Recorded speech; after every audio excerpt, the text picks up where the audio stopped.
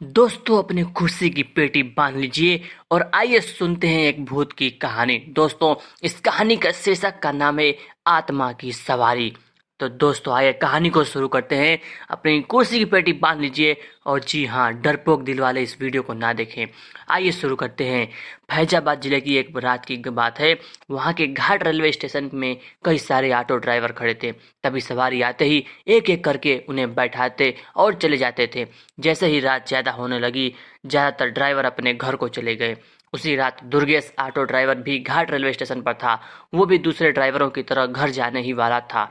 तभी उसे याद आया कि एक पैसेंजर ट्रेन आने वाली है। दुर्गेश और 3-4 ऑटो चालक उसी पैसेंजर ट्रेन के इंतजार में रुक गए। दोस्तों तभी जोर जोर से बारिश होने लगी। रात तो थी ही, लेकिन बादलों की वजह से चांद की रोशनी भी नजर नहीं आ रही थी। बादल गरजते और बिजली चमकती तो कुछ उजाला नजर आता, वरना अमावस्या से भी ज्यादा काली रात हो गई थी।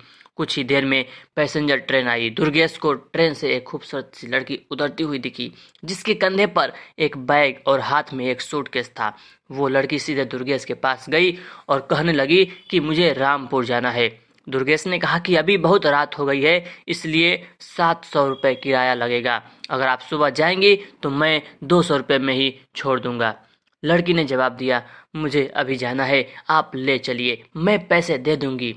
दुर्गेश ने कहा, मैडम आप पहले पैसे दे दीजिए, मैं आपको सही सलामत घर तक छोड़ दूंगा।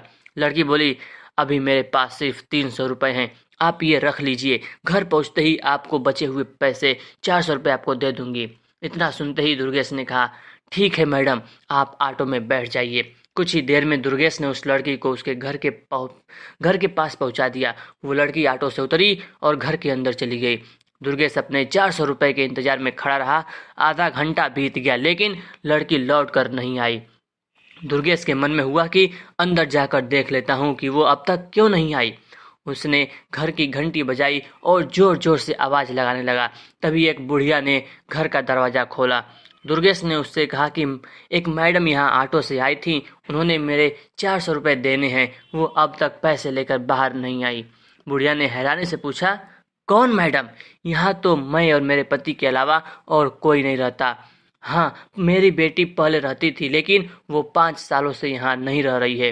दुर्गेश बोलने लगा, क्यों, अब वो कहाँ रहती है? मैंने शायद आपकी ही बेटी को यहाँ तक छोड़ा है, आप एक बार अच्छे से देखिए। बातों ही बातों में दुर्गेश की नजर सामने दीवार पर गई। वहां उसी लड़की की तस्वीर लगी हुई थी जिसे वो ऑटो में बैठा कर लाया था। दुर्गेश ने बुढ़िया से पूछा, वो दीवार पर जिसकी तस्वीर लगी है वो आपकी बेटी है? बुढ़िया ने जवाब दिया, हाँ वही मेरी बेटी है। क्यों, क्या हुआ, तुम ऐसे क्यों पूछ रहे हो? हाँ, जवाब सुनते ही दुर्गेश बोल पड़ा, माता जी मैंने कहा था ना कि मैंने आपकी बेटी को ही घर लाया हूँ, यही मेरे साथ ऑटो में बैठ कर आई थी। आप अब जल्दी से मेरे पैसे दे दीजिए, देखिए सुबह भी हो गई है, मैं कब से यहीं खड़ा हूँ। बुढ़िया ने दुखी मन से कहा, बेटा ऐसा नहीं हो सकता। हाँ ये मेरी बेटी है, लेकिन 5 साल पहले ये ट्रेन के नीचे आकर मर चुकी थी, इसे तुम कैसे घर ला सकते हो? ये सुनते ही दुर्गेश के होश उड़ गए। वो तेजी से वहां से भागा। जैसे ही वो ऑटो के पास पहुंचा तो देखा कि उसकी सीट में 400 रुपये रखे हुए थे। उसने वो पैसे भगवान के सामने रखे और मंत्र का जाप करते हुए आगे की ओर बढ़ गया। उसके मन में हुआ कि आज तो सवारी बैठाने और पैसेंजर ट्रेन के लालच में मेरी जान जाते जाते बची है। उस दिन से दुर्गेश ने रात को ऑटो चलाना ही बंद कर दिया था। वो सिर्फ दिन के समय सवारी लाता, वह ले जाता और रात को घर में आराम से सोता है। तो इस कहानी से सीख यह मिलती है कि दिन में काम करने के साथ ही रात को आराम करना भी उतना ही जरूरी होता है, नहीं तो ज्यादा लालच भारी पड़ सकता है। दोस्तों ये थी कहानी आत्मा की सवारी। तो फ्रेंड्स कैसे लगे आपको ये कहानी? कहानी अगर आपको पसंद है तो इस वीडियो को लाइक करिएगा, चैनल को सब्सक्राइब करिएगा, इस वीडियो को शेयर जरूर करिएगा। आशा करते हैं कि आपको यह कहानी मस्त लगी होगी। मिलते हैं आपसे एक नेक्स्ट वीडियो में किसी और एक नई कहानी के साथ में।